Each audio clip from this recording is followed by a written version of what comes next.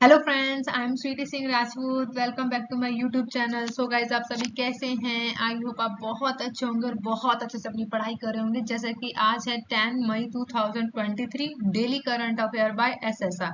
सो guys, ये lecture आप सभी के ऑल कॉम्पिटेटिव एग्जाम के लिए सफिशिएंट है। इस लेक्चर में हम डे ऑफ द वर्ड भी डिस्कस करते हैं। ये लेक्चर आप सभी को बाइलिंगुअल मिलता है, हिंदी प्लस इंग्लिश में। डेली मॉर्निंग में सुबह 6 बजे मैं इस वीडियो को अपलोड कर देती हूँ। सो गाइज, प्लीज आप आज का लेक्चर जो है बहुत इंपॉर्टेंट रहने वाला है, तो प्लीज आप वीडियो के लास्ट तक बने रहिएगा और प्लीज मेरे चैनल को सब्सक्राइब कीजिए एंड बेल आइकन पे क्लिक कीजिए, ओके, ताकि जो भी मेरी वीडियोस हो जिन्हें मैं अपलोड करूं वो आप तक उसका नोटिफिकेशन पहुंच जाए। सो स्टार्ट करते हैं सेशन। आप सभी को कमेंट बॉक्स में लिखना है जय हिंद जय Bharat, okay. Thought of the day है गाइस आज का, अंधेरे में मोमबत्ती और मुसीबतों में उम्मीदें बहुत कम आती हैं, ओके। सो आप सभी को क्या बनना है? मोमबत्ती बनना है और आपको अपनी पढ़ाई पे ज्यादा फोकस करना है और बहुत सारी पढ़ाई करनी है, बिल्कुल ध्यान से, बिल्कुल फोकस के साथ, ओके। सो स्टार्ट करते हैं सेशन। जैसे कि आज है 10 मई 2023, daily current affair by SSR. हाल ही में, अब यहाँ पे हम डिस्कस करें, फर्स्ट क्वेश्चन है आप सभी के सामने। हाल ही में विश्व रेड क्रॉस दिवस कब मनाया गया है? when has World Red Cross Day been celebrated recently? तो वर्ल्ड रेड क्रॉस डे कब मनाया जाता है? तो सो गाइस, मनाया जाता है 8 ऑफ मई को। तो ये आपको याद रखना है, ऑप्शन डी इज करेक्ट है। यानी 8 ऑफ मई को हम क्या मनाते हैं? World red cross day celebrate करते हैं। तो इससे रिलेटेड कुछ पॉइंट्स है, तो ये इन्हें हम डिस्कस करेंगे। प्रत्येक वर्ष 8 मई को वैश्विक स्तर पर विश्व रेड क्रॉस दिवस मनाया जाता है। इस दिन का उद्देश्य क्या है? अंतरराष्ट्रीय रेड क्रॉस और रेड क्रिस्टेन मूवमेंट के बारे में जनता की समझ को व्यापक बनाना है। राष्ट्रीय रेड क्रॉस क्रिसेंट सोसाइटी और रेड क्रॉस सोसाइटी दुनिया भर में लगभग हर देश में पाई जाती हैं। हेनरी ड्यूनेट का जन्म 8 मई 1828 को हुआ था और उन्हें नोबेल शांति पुरस्कार से भी नवाजा जा चुका है। वो नोबेल शांति पुरस्कार जो उन्हें मिला है, ठीक है। विश्व रेड क्रॉस दिवस को विश्व रेड क्रॉस और रेड क्रिश्चियन डे के रूप में भी जाना जाता है। सन 1934 में 15वें अंतरराष्ट्रीय सम्मेलन में रेड क्रॉस ट्रूस के सिद्धांतों को प्रस्तुत किया गया था। इसी सम्मेलन से इस दिन को मंजूरी दे दी गई थी कि हर वर्ष 8 मई को हम विश्व रेड क्रॉस दिवस को सेलिब्रेट करेंगे। विश्व रेड क्रॉस दिवस प्रतिवर्ष 8 मई 1948 से मनाया जा रहा है। सन 1984 में विश्व रेड क्रॉस और रेड क्रिस्टेन दिवस के रूप में नामांकित किया गया था, ओके। तो ये सभी बातें थी यहाँ पे विश्व रेड क्रॉस से रिलेटेड, ओके। अब बात करेंगे यहाँ पे हम विश्व रेड क्रॉस का मुख्यालय कहाँ है? तो ये भी आपको पता होना चाहिए। तो अंतरराष्ट्रीय समिति है जिसका मुख्यालय कहाँ है? जनेवा, स्विट्जरलैंड में है, ओके। रेड क्रॉस की अंतरराष्ट्रीय समिति के संस्थापक कौन है? तो ये भी इंपॉर्टेंट पॉइंट है। तो कौन है संस्थापक? Henry Dunant, okay. Red cross की अंतरराष्ट्रीय समिति की स्थापना की बात की गई है, कब किया गया था? तो 17 फरवरी 1863 को जेनेवा, स्विट्जरलैंड में अंतरराष्ट्रीय समिति की स्थापना की गई थी। रेड क्रॉस के अध्यक्ष की बात करेंगे तो अध्यक्ष कौन है? पीटर मोरर, ठीक है। पीटर मोरर क्या है? रेड क्रॉस के अंतरराष्ट्रीय समिति के अध्यक्ष हैं, ओके। सो अब बात करेंगे हम यहाँ पे सेकंड क्वेश्चन। ये क्वेश्चन आपके लिए इंपॉर्टेंट है, क्यों है? तो किस भारतीय एथलीट ने पुरुषों के ट्रिपल जंप का नेशनल रिकॉर्ड बनाया है? Which Indian athlete has set the national record for men's triple jump? So guys, आप इन्हें इमेज में देख सकते हैं। जैसा कि इनके हाथों में हमारे देश का तिरंगा है, भारत का तिरंगा। ऑप्शन इज करेक्ट होगा, ऑप्शन प्रवीण चित्रवेल। प्रवीण चित्रवेल ने हाल ही में भारतीय एथलीट हैं जिन्होंने पुरुष की ट्रिपल जंप में नेशनल रिकॉर्ड बनाया है। सो अब यहाँ पे डिस्कस करेंगे कि कितने मीटर इन्होंने छलांग लगाई है। तो सबसे पहले तो ये जान लीजिए कि हाल ही में क्यूबा के हवाना में एथलेटिक्स मीट में पुरुषों की ट्रिपल जंप प्रतियोगिता को आयोजित किया गया था। इसमें भारतीय एथलीट हैं प्रवीण चित्रवेल, इन्होंने 17.37 मीटर की छलांग लगाई और ना सिर्फ प्रतियोगिता जीती बल्कि नेशनल रिकॉर्ड को भी तोड़ दिया।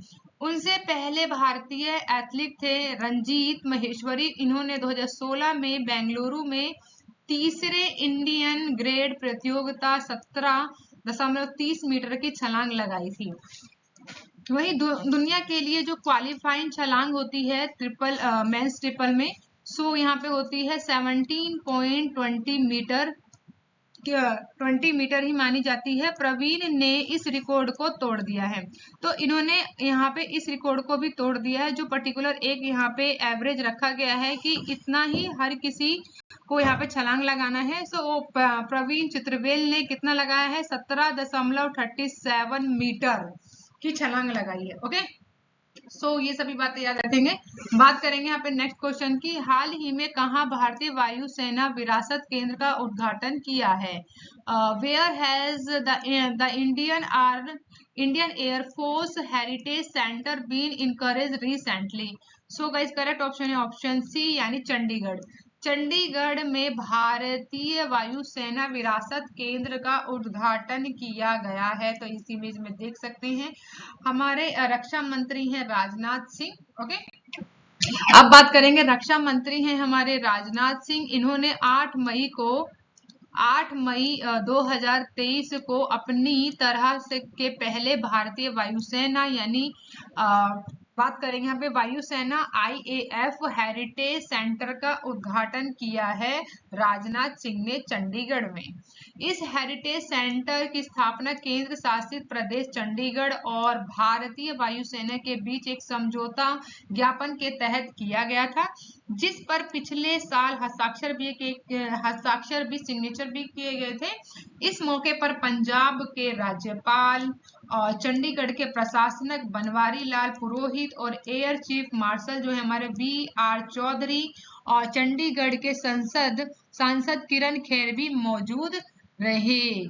ठीक है, तो आपको ये रखना है वायुसेना हेरिटेज सेंटर का उद्घाटन कहाँ हुआ है, चंडीगढ़ में हुआ है। किसने किया है, राजनाथ सिंह जो कि रक्षा मंत्री है। इन्होंने 8 मई 2023 में किया था। ओके, अब बात करेंगे यहाँ पे नेक्स्ट क्वेश्चन जो कि 4th क्वेश्चन है। ओके गाइस, हाल ही में उत्तर प्रदेश के किस जिले में पहले फार्मा पार्क की स्थापना की मंजूरी दी गई है? Recently in which district of Uttar Pradesh the establishment of the first pharma park was approved? So option is correct है यहाँ पे ऑप्शन ए यानी ललितपुर। ललितपुर कहाँ है, ये इंपॉर्टेंट है कि उत्तर प्रदेश में। ठीक है, सबसे पहली बात ये पता चलेगा आपको कि उत्तर प्रदेश में है जिला ललितपुर। वहां पहले फार्मा पार्क की स्थापना के लिए मंजूरी दे दी गई है। सो अब यहाँ थोड़े से कुछ पॉइंट्स हैं, इन्हें भी डिस्कस किया जाएगा। तो उत्तर प्रदेश सरकार ने बुंदेलखंड के ललितपुर जिले में राज्य के पहले फार्मा पार्क की स्थापना को मंजूरी दे दी है। इस परियोजना के लिए पशुपालन विभाग के औद्योगिक विकास विभाग को 1500 हेक्टेयर भूमि के हस्तांतरण की आवश्यकता होगी। साथ ही साथ ललितपुर फार्म पार्क में निवेशकों को आवश्यक सुविधाओं के प्रावधान और विकास के लिए सरकार ने 1560 करोड़ रुपए का बजट भी आवंटित कर दिया है। फार्मा पार्क में इकाइयां स्थापित करने वाले उद्यमियों को कई लाभ मिलेंगे, जिनमें भूमि खरीदने पर स्टंप ड्यूटी में 100% यानी 100% की छूट मिलेगी। वहीं पूंजीगत सब्सिडी भी मिलेगा।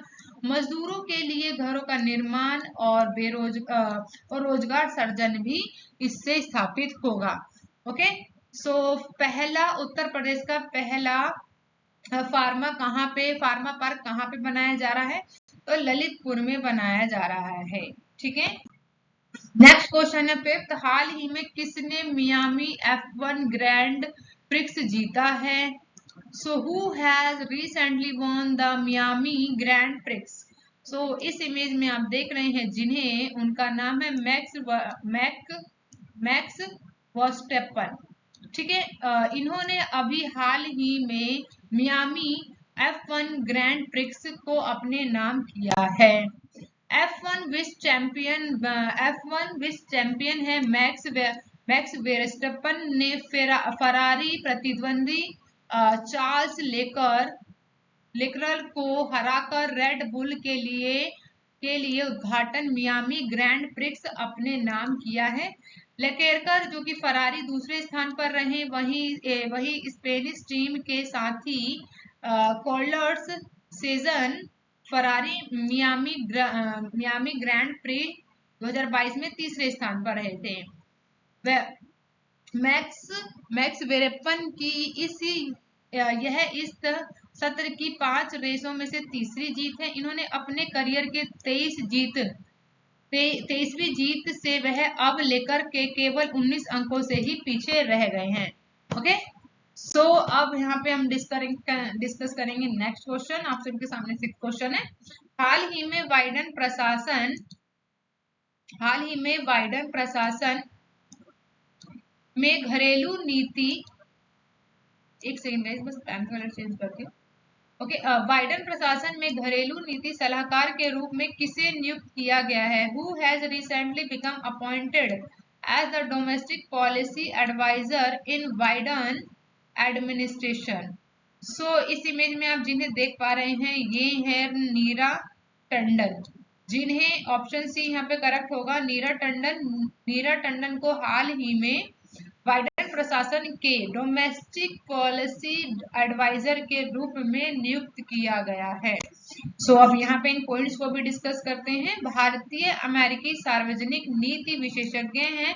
नीरा टंडन को अमेरिकी राष्ट्रपति जो बाइडेन ने अपने घरेलू नीति एजेंडे को तैयार करने और लागू करने की मदद करने के लिए अपने घरेलू नीति सलाहकार के रूप में नामांकित किया है, जिससे वह व्हाइट हाउस के 3 प्रमुख नीति परिषदों में से किसी एक का नेतृत्व करने वाली पहली एशियाई अमेरिकी बन गई हैं।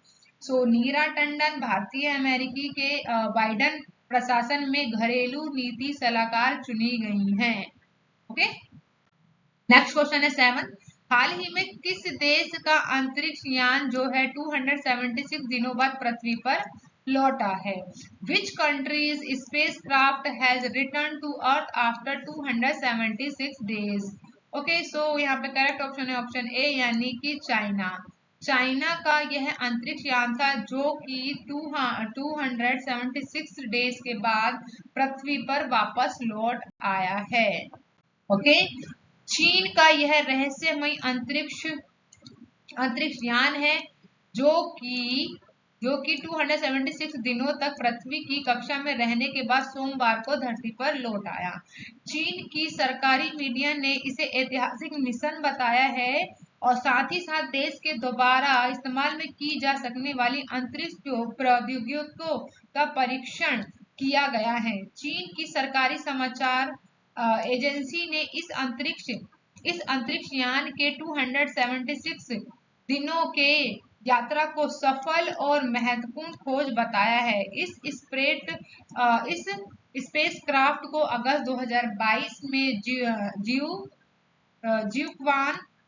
जिक्वान सैटेलाइट लॉन्च सेंटर से लॉन्च किया गया था। सो आपको इतना याद रखना है कि कब लॉन्च हुआ था? 2022 में हुआ था, जिसका नाम है जिक्वान सैटेलाइट लॉन्चर सेंटर। ठीक है, यहाँ से तो इसे लॉन्च किया गया था और ये पृथ्वी पर 276 डेज बाद वापस लौट आया है।